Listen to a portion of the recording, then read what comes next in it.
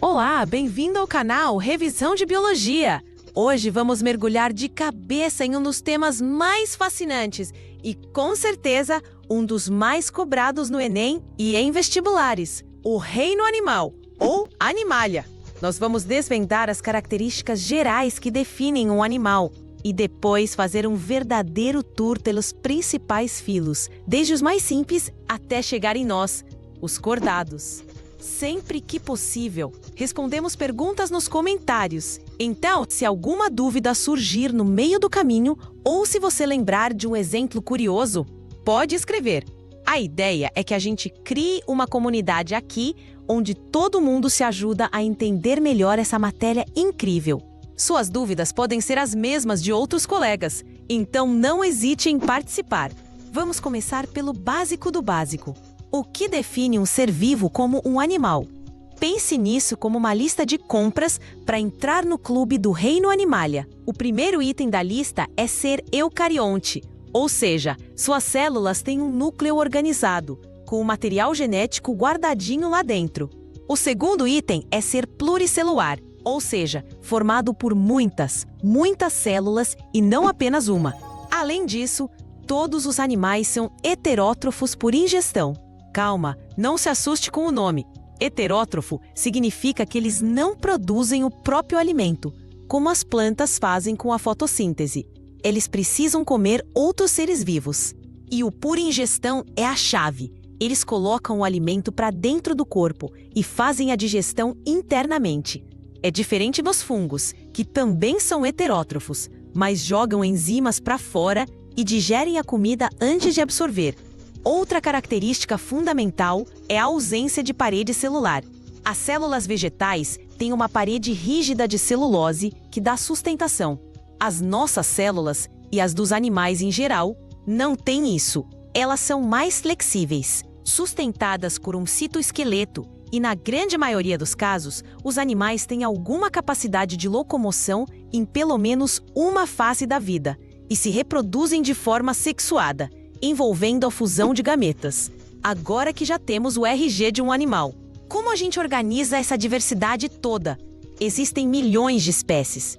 Para isso, a biologia usa alguns critérios, como se fossem filtros, para separar os bichos em grupos. O primeiro critério é a presença de tecidos verdadeiros. E aqui já temos a primeira grande divisão. Os poríferos, que são as esponjas do mar, são os únicos que não possuem tecidos verdadeiros. Eles são chamados de parazoários. Todo o resto que tem tecidos são os eumetazoários. Dentro dos eumetazoários, a gente olha para a simetria do corpo. Pense assim, se você pudesse cortar o animal em duas metades iguais, de quantas formas conseguiria fazer isso? Existem animais com simetria radial, como as águas-vivas. Você pode cortá-las em vários planos, como uma pizza, e sempre terá metades espelhadas. Isso é bom para animais que são fixos ou que se movem lentamente, pois permite que eles percebam o ambiente em todas as direções. Mas a maioria dos animais, incluindo nós, tem simetria bilateral. Só existe um único plano que divide o corpo em duas metades, a direita e a esquerda, que são imagens espelhadas uma da outra. Essa simetria bilateral está diretamente ligada a um processo chamado cefalização. Com um lado esquerdo e um direito, surge uma parte da frente e uma de trás. E na parte da frente, a cabeça, se concentram os órgãos dos sentidos e o sistema nervoso central. Faz todo sentido, não é? Você quer que seus sensores estejam na parte que chega primeiro aos lugares. O próximo critério de classificação é o número de folhetos embrionários, ou folhetos germinativos. Durante o desenvolvimento do embrião, formam-se camadas de células que vão dar origem a todos os tecidos e órgãos do corpo. Animais mais simples, como os nidários, são diblásticos. Eles têm apenas 2 folhetos, a ectoderme, que forma a parte de fora, como a pele e o sistema nervoso, e a endoderme, que forma a parte de dentro, como o sistema digestório. Já os animais mais complexos são triblásticos. Eles têm os mesmos 2 folhetos e um terceiro no meio chamado mesoderme. E a mesoderme é uma revolução. É ela que vai dar origem aos músculos, ossos, sistema circulatório, rins. Ou seja, a maior parte da complexidade do nosso corpo vem daí.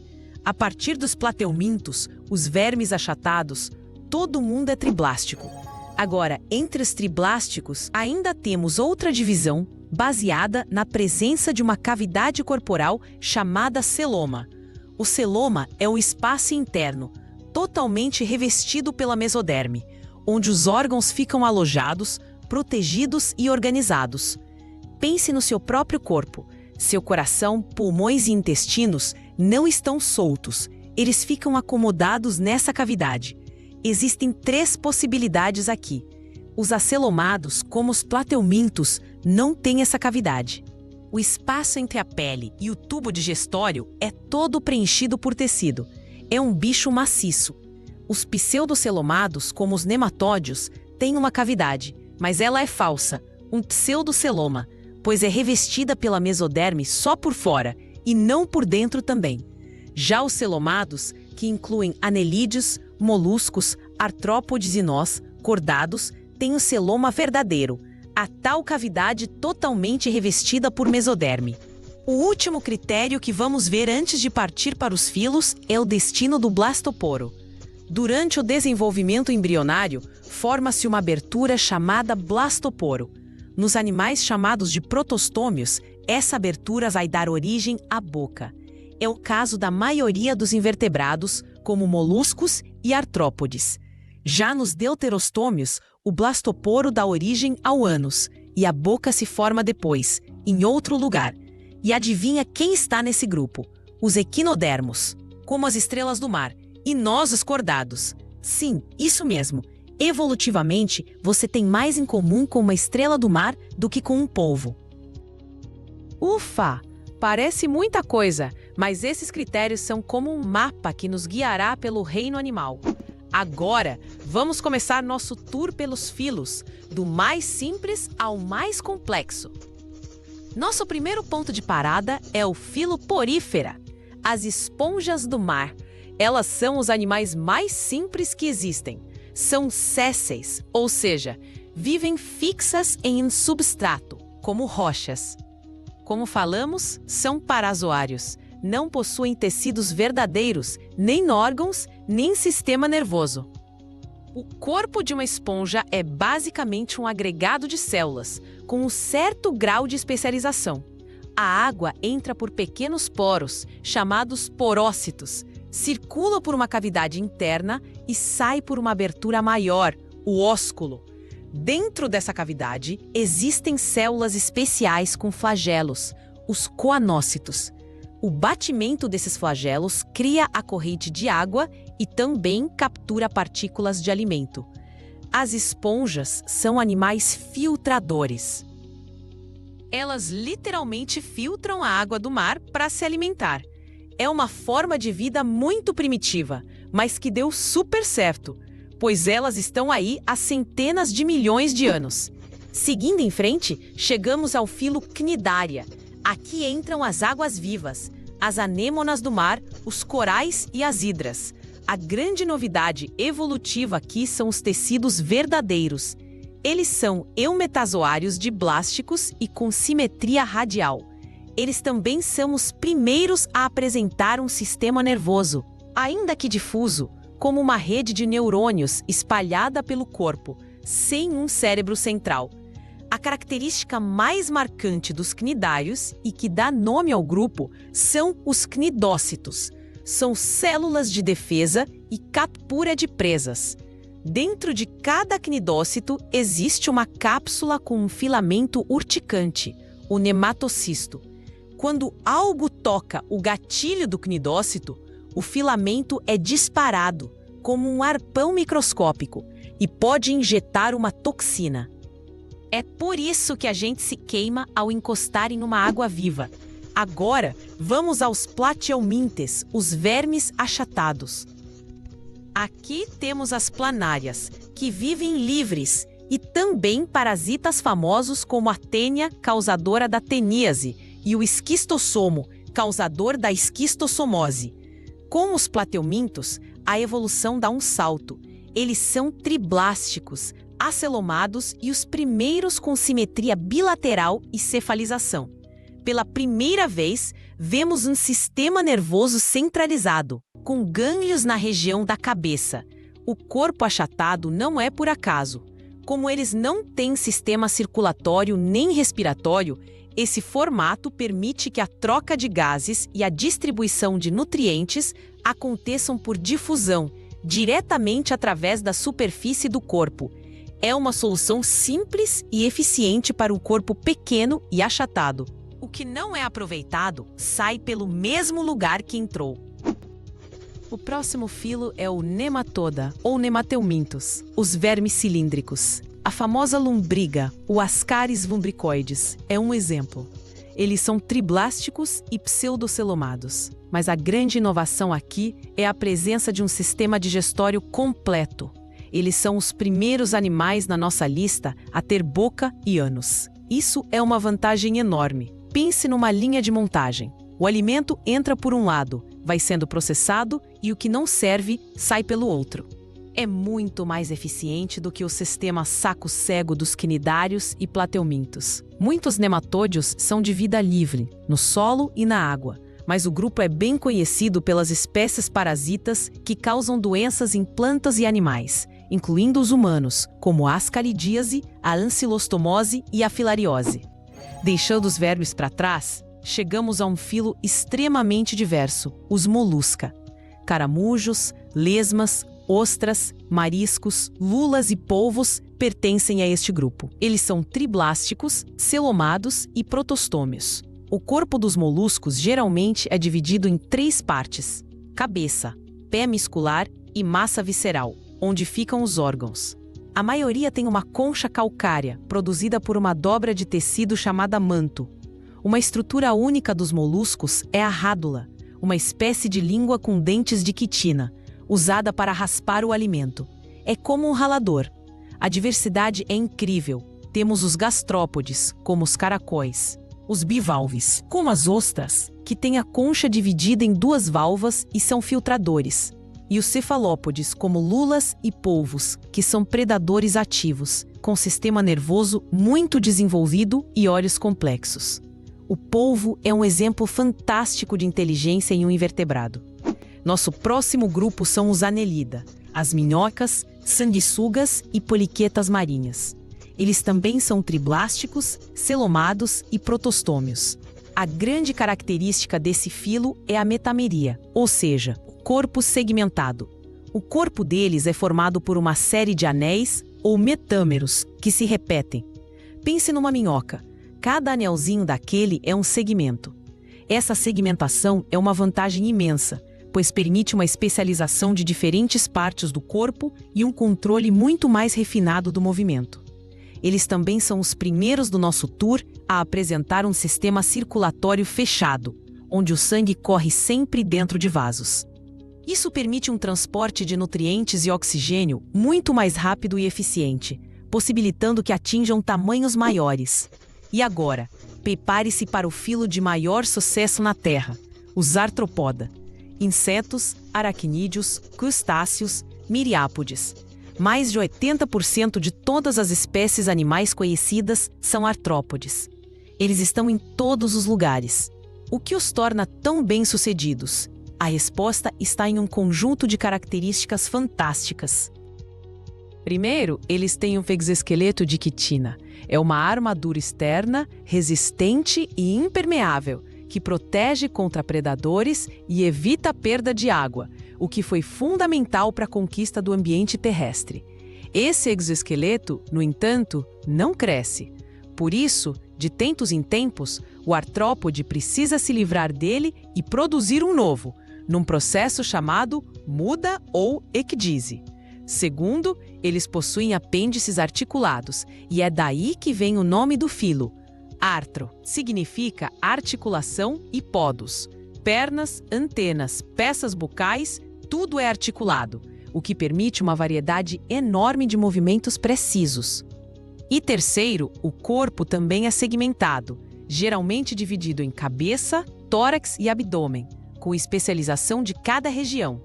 Dentro dos artrópodes, temos os insetos, com 6 patas, um par de antenas e, na maioria, asas. Os aracnídeos, como aranhas e escorpiões, com 8 patas e sem antenas. Os crustáceos, como caranguejos e camarões, com número variável de patas e 2 pares de antenas. E os miriápodes, que são as lacraias e os piolhos de cobra, com o corpo alongado e muitas patas. Chegamos agora a um filo que pode parecer estranho, mas que é muito próximo de nós: os equinodermata, estrelas do mar, ouriços do mar, bolachas da praia e pepinos do mar. Eles são triblásticos, celomados e, atenção, deuterostômios. Lembre-se, isso nos coloca no mesmo grande ramo evolutivo. Eles vivem exclusivamente em ambientes marinhos. Uma característica peculiar é que os adultos têm simetria radial, geralmente pentarradial, ou seja, baseada no número 5, mas suas larvas têm simetria bilateral. Isso indica que eles evoluíram de ancestrais bilaterais. A característica mais exclusiva do grupo é o sistema hidrovascular, ou ambulacrário. É uma rede de canais internos por onde circula a água do mar, que controla pequenos pés, os pés ambulacrais, usados para locomoção, fixação e captura de alimento. Finalmente, chegamos ao nosso próprio filo, os Chordata. O que define um cordado? Existem 4 características que todo cordado tem em pelo menos uma fase da sua vida. Primeira, a notocorda, um bastão flexível de sustentação dorsal.